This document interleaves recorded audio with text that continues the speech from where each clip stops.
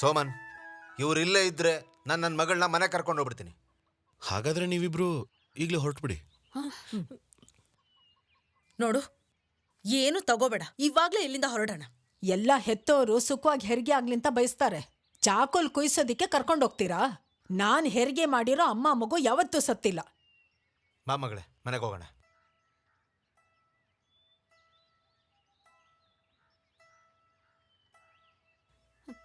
ಬೇಡ ಮಗಳೇ, ಮಗಳೇ.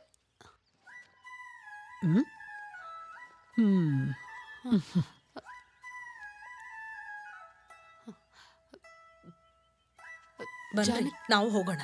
ಜಾನಕಿ, ಬನ್ನಿ.